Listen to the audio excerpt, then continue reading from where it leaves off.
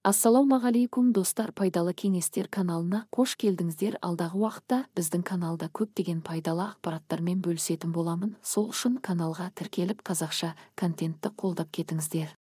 Сарымсақ сығындысынан жүрек талмасының қаупі азаяды. Америкалық ғалымдар сарымсақ сығындысын зерттеді.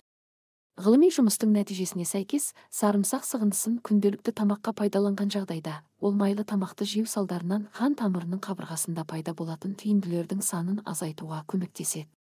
Science World Report хабарлауынша, зерттеу тәжірибесіне жас шамасы 40 пен 75 аралығындағы 55 адам қатысқан.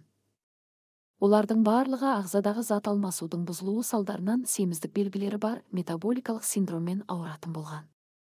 Бұл науқастардан енді басталып келе жатқан жүрек ауруы да байқалды. Сынақ кезінде олардың кейбірі 2400 мг сарымсақ сығындысын ішсе, қалғандарына бұл сығынды берілмеген. Бастапқыда қатысушылардың барлығының қан тамырларындағы түйінділер мен кальций мөлшері есепке алынды. Бір жылдан кейін осы науқастарды қайта тексерген кезде, сарымсақ сығындысын қолданған адамдардың тамырындағы түйінділердің 80-ға дейін баяу өскендігі анықталды. Сәйкесінше, олардың жүрек талмасымен ауыру қаупі де азайған. Мамандардың айтуынша, сарымсақтың құрамындағы көмірсутектер ағза үшін өте пайдалы элемент болып табылады.